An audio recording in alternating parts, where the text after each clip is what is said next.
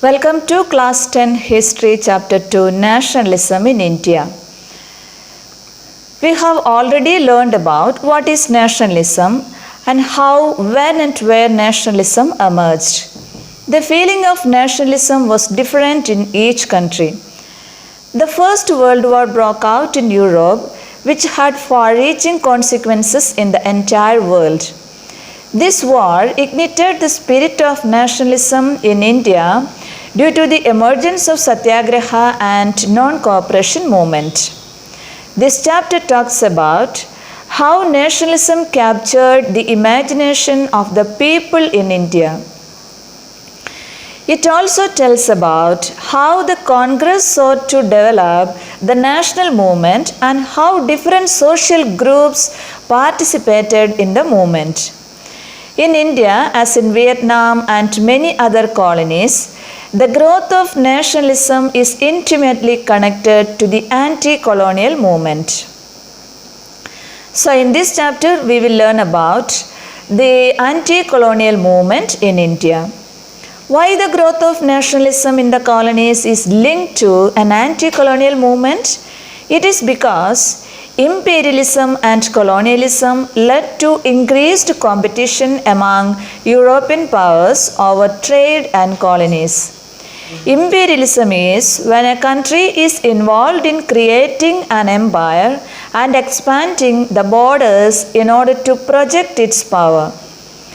It is just about exerting control over the conquered regions either through direct governance or through indirect control mechanisms. The scramble for Africa in the 19th century and the Chinese domination of Vietnam until AD 1983 are examples of imperialism. Colonialism is when one country physically exerts its domination either through a combination of war and diplomacy over another country with a view to exploiting its resources. Takeover of India, Australia, Southern and Central Africa by the British and Western and North Africa by the French are examples of colonialism. They dominated the continents of Asia and Africa. People began discovering their unity in the process of their struggle with colonialism. The sense of being oppressed under colonialism provided a shared bond that tied different groups together. But each group felt the colonialism differently and their notions of freedom were not always the same. Thus, the growth of nationalism in the colonies is linked to anti-colonial movement. In an earlier class, you have read about the growth of nationalism up to the first decade of 20th century. Now we will explore how the Congress sought to develop the national movement. The First World War, Khilafat and non-cooperation movement. First, we will look into how the First World War helped in the growth of the national movement in India. First World War created a new economic and political situation. It led to a huge increase in defense expenditure. Defense expenditure refers to the amount that a country spends on military measures or resources. To finance the defense expenditure, customs duties were raised and income tax were introduced. This led to a very difficult life for the people of India. Villages were called upon to supply soldiers and forced recruitment was introduced. This caused widespread anger among the Indians. Through the war years, crops failed in many parts of India, which resulted in acute shortage of food. Also, there was an influenza epidemic. People hoped that their hardships would end after the war, but that did not happen. Thus, people united under leaders to find a new way of struggle called Satyagraha. Now we move on to the idea of Satyagraha.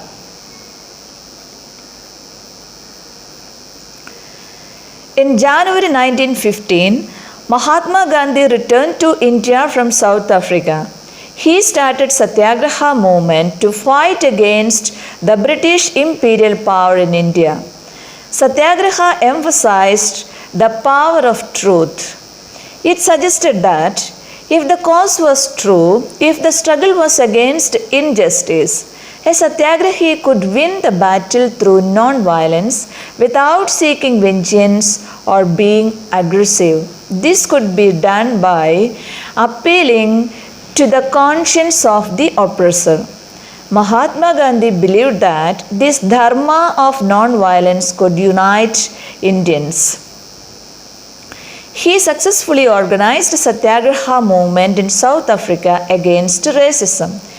In India, Gandhiji had already led Satyagraha movement in various places like Champaran in Bihar, Kheda districts of Gujarat and Ahmedabad to support the peasants.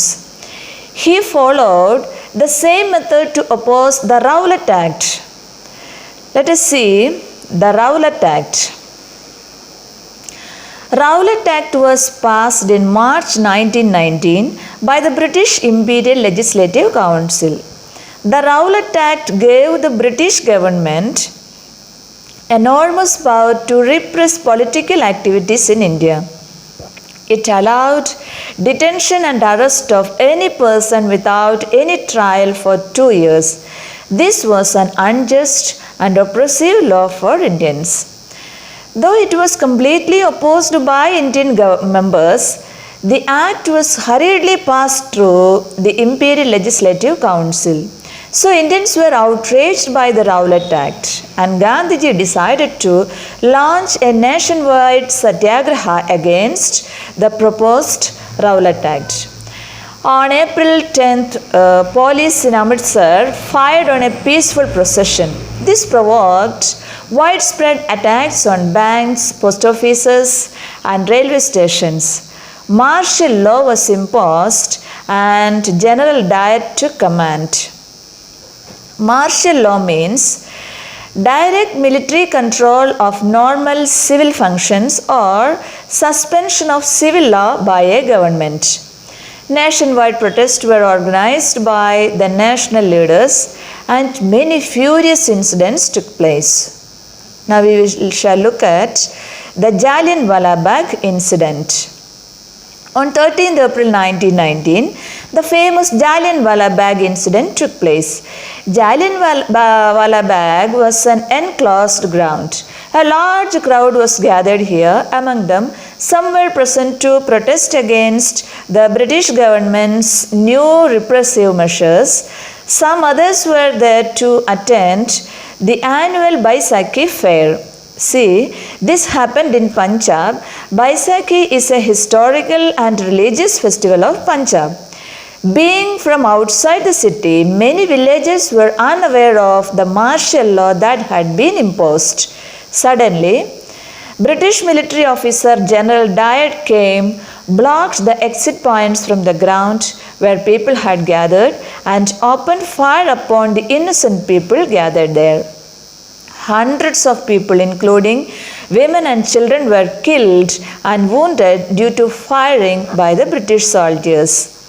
People became furious on this incident and went on strikes and clashes with police and attacks on government buildings.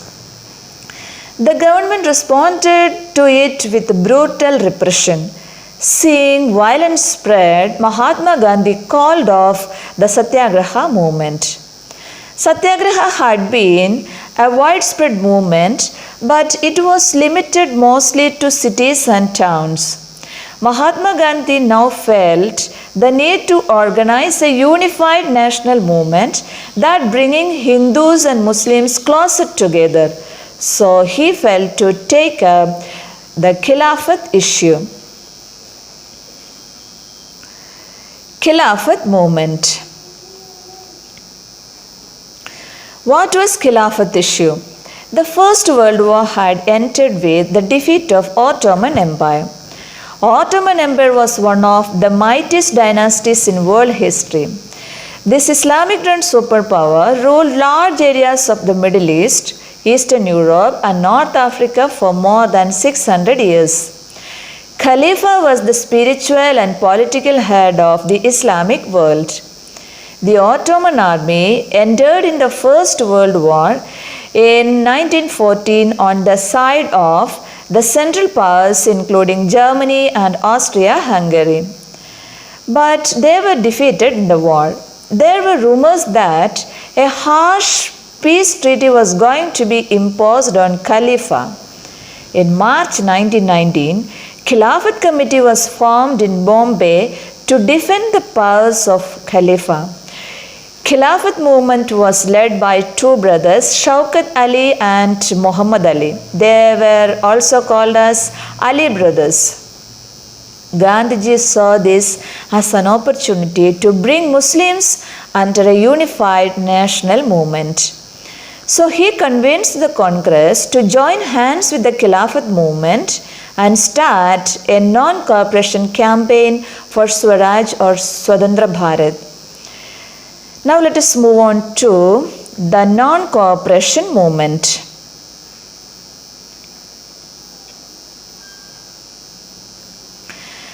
Cooperate means to act or work together. Mahatma Gandhi believed that the British rule in India was established with cooperation of Indians.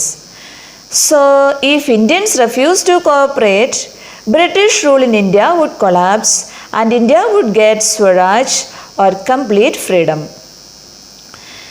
Non-cooperation movement was proposed to begin with the surrender of titles that British government awarded to Indian civilians, a boycott of civil services and give up foreign goods. As they joined hands with Khilafat movement, the non-cooperation Khilafat movement began in January 1921.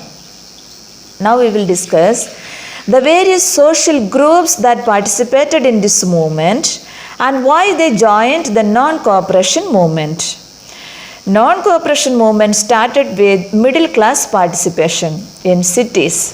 Students, teachers, headmasters and lawyers left government-controlled institutions, schools, jobs and colleges. Lawyers gave up their legal practices and joined the movement. In other words, they refused to cooperate with the British government. Textile merchants and traders refused to trade in foreign goods. Council elections were boycotted. Foreign goods were boycotted. Liquor shops were picketed. The middle class, especially Indian textile merchants, joined the movement because the boycott of foreign goods would make the sale of their Indian textile and handlooms go up. But later, this movement slowed down among the teachers, students and textile merchants because there were less Indian institutions for students and teachers to choose. And for merchants, handloom clothes were expensive. So they went back to government schools and lawyers joined back the government courts.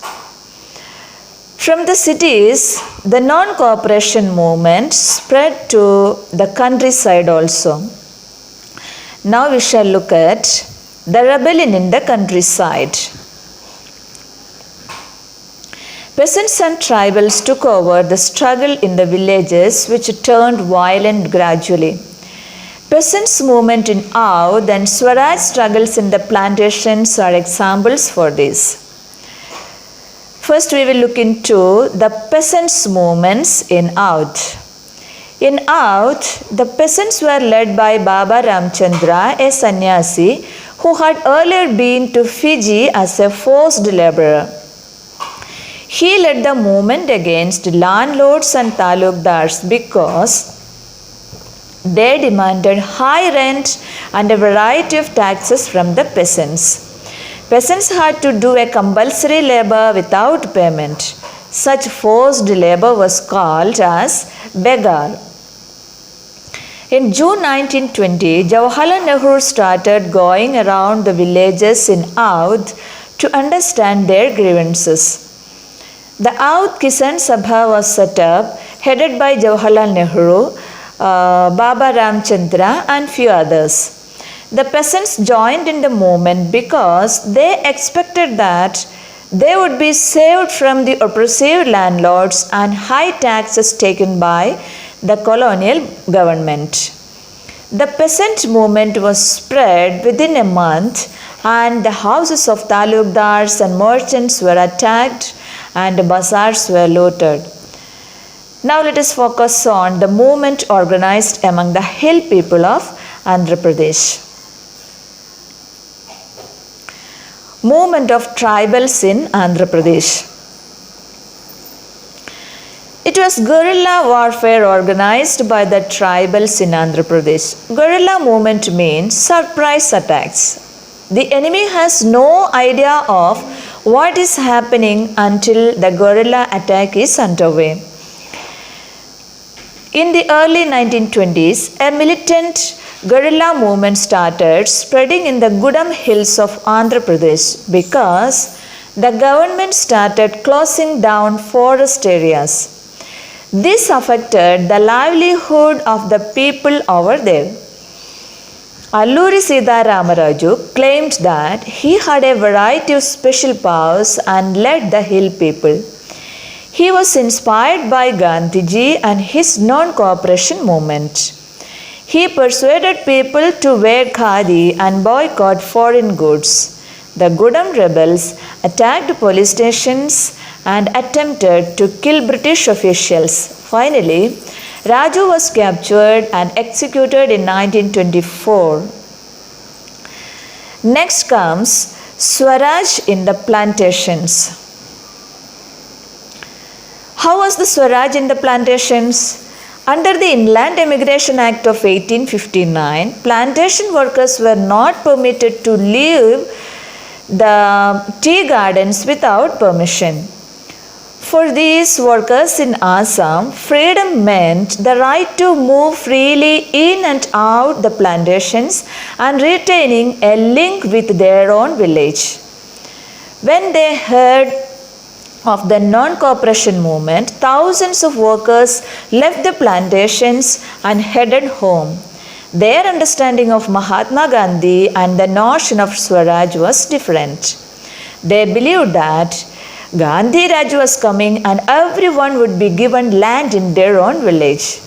These are the different social groups which joined the non-cooperation movement of 1921.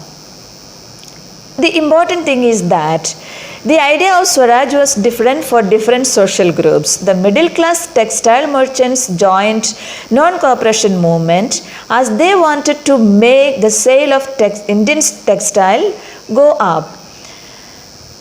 The peasants took part in the movement as they wanted to be saved from the oppressive landlords and the high taxes taken by the colonial government. The plantation workers took part in the agitation, hoping they would get the right to move freely in and outside the plantations and get land in their own villages. This session tells about a new phase in our freedom struggle. Here we will discuss about the civil disobedience movement undertaken by Gandhiji to fight for Purna Swaraj or complete freedom. In February 1922, Mahatma Gandhi decided to withdraw the non-cooperation movement because Gandhiji felt that the non-cooperation movement was turning violent in many places. Chauri Chaura incident is the best example for this. In his opinion, Satyagrahis are supposed to take only non-violent resistance against the oppressor and needed to be properly trained before they would be ready for mass struggle.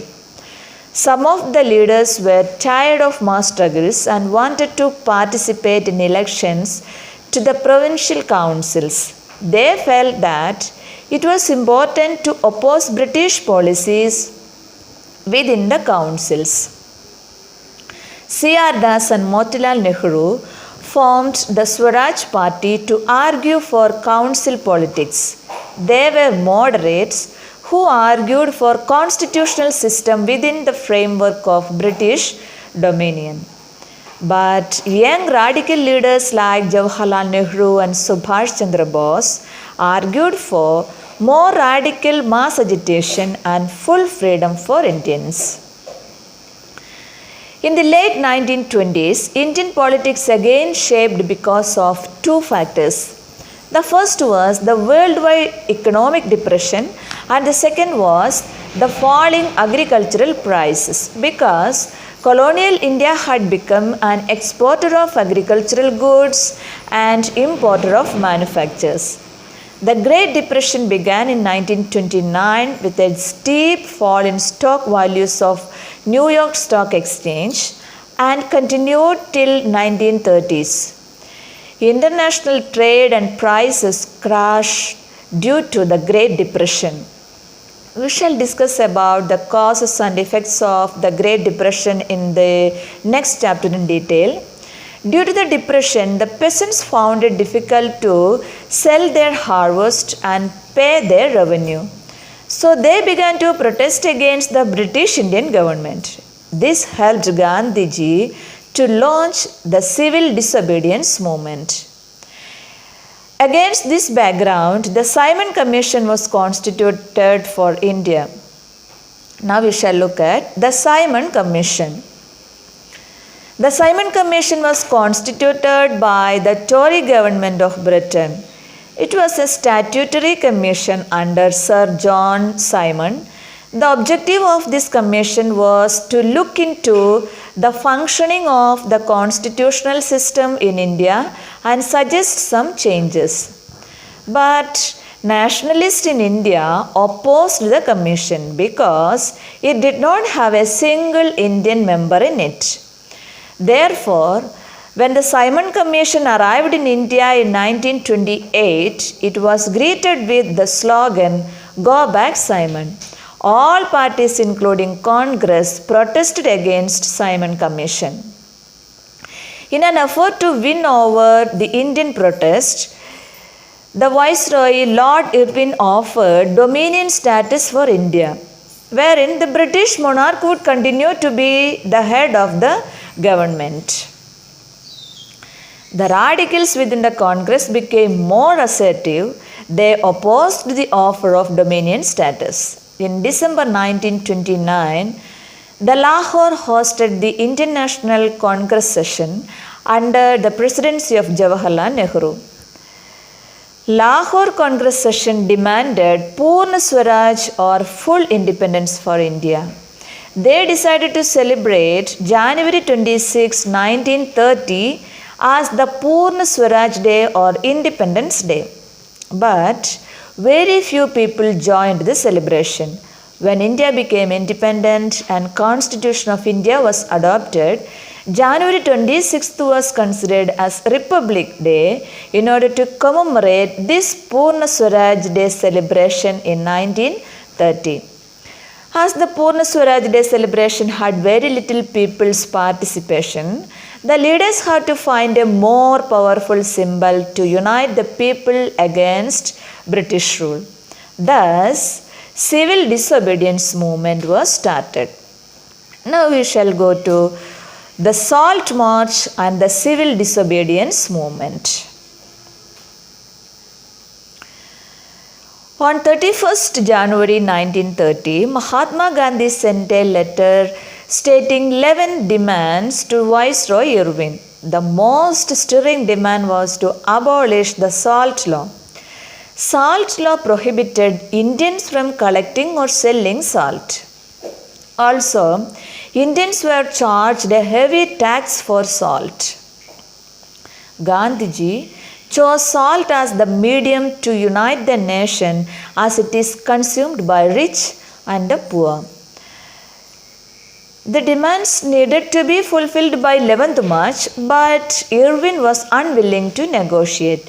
So Gandhiji started the civil disobedience campaign. The Salt March or the Dandi March began on 12th March 1930 with Gandhiji and 78 volunteers. They walked for 24 days from Sabarmati to the Gujarat coastal town of Dandi. On 6th April, Gandhiji reached Dundee and broke the salt law by boiling seawater and manufacturing salt. Thus it began the civil disobedience movement. This salt march developed the feeling of nationalism. People in different parts of the country broke the salt law, manufactured salt, and demonstrated in front of government salt factories. Thus, Salt March was an effective symbol of resistance. It was different from non-cooperation movement because people were asked not only to refuse cooperation but also to break colonial laws. Boycott of foreign goods, non-payment of taxes, and breaking forest laws were its main features. The British government tried to suppress the civil disobedience movement with a brutal repression. In April 1930, Abdul Ghaffar Khan, a devout disciple of Gandhi, was arrested. After a month, all the leaders including Gandhiji and Nehru were arrested. Violent clashes arose due to the arrest of these Congress leaders. The violent people attacked police stations, government buildings, law courts, and railway stations. By witnessing the horrific situation, Lord Irwin invited Gandhiji for a peace pact that if the civil disobedience movement would be called off, then the arrested leaders would be released. This agreement is called Gandhi-Irwin Pact. Under such a situation, Mahatma Gandhi decided to call off the civil disobedience movement. He also agreed to participate in the second round table conference in London. Gandhiji returned to India after the negotiations were failed in the round table conference. He discovered that the government had begun a new cycle of repression. Series of measures had been imposed to prevent meetings and boycotts. Abdul Ghaffar Khan and Jawaharlal Nehru were in jail and the Congress had been declared illegal by the government. So Gandhiji relaunched the civil disobedience movement. Now let us see how the participants saw the movement. We shall look at the different social groups that participated in the civil disobedience movement and why did they join the movement. Rich peasant communities like Patidars of Gujarat and the Jats of Uttar Pradesh were active in the civil disobedience movement. Being producers of commercial crops, they were very hard hit by the falling prices. They expected the revenue tax to be reduced. When the British government refused to do so, they joined the movement and actively participated in the boycott programs. They were deeply disappointed when the movement was called off in 1931. When the movement was restarted in 1932, many of them refused to rejoin as the revenue rates were not reduced. The poor peasants were small tenants cultivating land rented from the landlords. As the depression continued, they found it difficult to pay their rent. So they wanted the unpaid rent to be cancelled. But the Congress was unwilling to support the no rent campaign due to the fear of upsetting the rich peasants and landlords. How did the business class relate to the civil disobedience movement? During the First World War, Indian merchants had made huge profits and become powerful. We will see it in chapter 5, but after the war, the colonial policies restricted the business activities and reduced their profits. They wanted protection against import of foreign goods. The business classes supported the civil disobedience movement when it was first launched. They gave financial assistance to it and refused to buy or sell imported goods. To organize business interests, they formed the Federation of the Indian Chamber of Commerce in 1927. They were led by prominent industrialists like G.D. Birla. After the failure of the Roundtable Conference, business groups were no longer interested to rejoin the civil disobedience movement because the spread of militant activities, worries of prolonged business disruption, and growing influences of socialism among the young Congress forced them not to join the movement again. The industrial working class did not participate in the movement in large numbers because the industrialists were supporting the civil disobedience movement. The workers demanded higher wages and proper working conditions, but the Congress was reluctant to include workers' demand as part of its program of struggle because they feared that it would alienate the rich industrialists from the movement. Another important feature of the civil disobedience movement was the large-scale participation of women. They participated in protest marches, manufactured salt, and picketed foreign shops. But for a long time, Congress was reluctant to allow women to hold any position of authority within the organization. Now let us see the limits of civil disobedience. Some social groups like Dalits were not moved by the concept of Swaraj. Dalits were addressed as untouchables and not allowed to enter into temples. They were not allowed to go near the public wells, roads, and schools used by high caste Hindus. For a long, the Congress had ignored them for fear of offending the high caste Hindus. Mahatma Gandhi called them Harijans or the children of God. He arranged Satyagraha to secure their entry into temples and access to public wells, roads, and schools. But Dalit leaders like B.R. Ambedkar had a different political solution. They demanded reservation of seats in educational institutions and separate electorate. Because Dalit leaders believed that political empowerment would help them to solve their problems of social disabilities. Dr. Ambedkar clashed with Gandhiji at the second Roundtable Conference on these demands. Let me make it clear what is separate electorate. You have heard of reserved constituencies for SC and ST in central and state assembly elections. Candidates of general category are not eligible to contest from these constituencies. But all voters have to vote for one of the candidates from scheduled caste or scheduled tribes. Under the British rule, separate electorate meant not only the seats reserved for a specific community, but members of that specific community only allowed for voting in that constituency.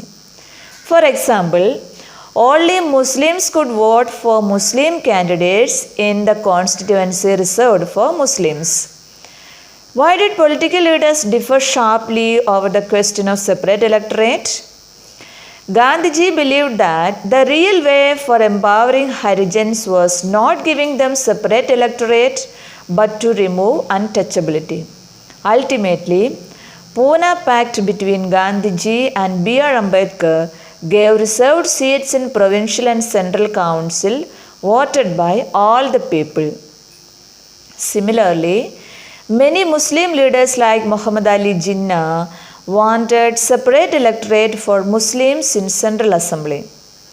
After the decline of non-cooperation Khilafat movement, a large sections of Muslims felt alienated from the Congress because by that time the Congress became more associated with Hindu religious groups like Hindu Mahasabha. So large sections of Muslims did not participate in the civil disobedience movement. Now we will look into how did the sense of one nation become a reality? The sense of collective belonging. Nationalism spreads when people discover some unity that binds them together because People belong to different communities, regions, religions, or language groups.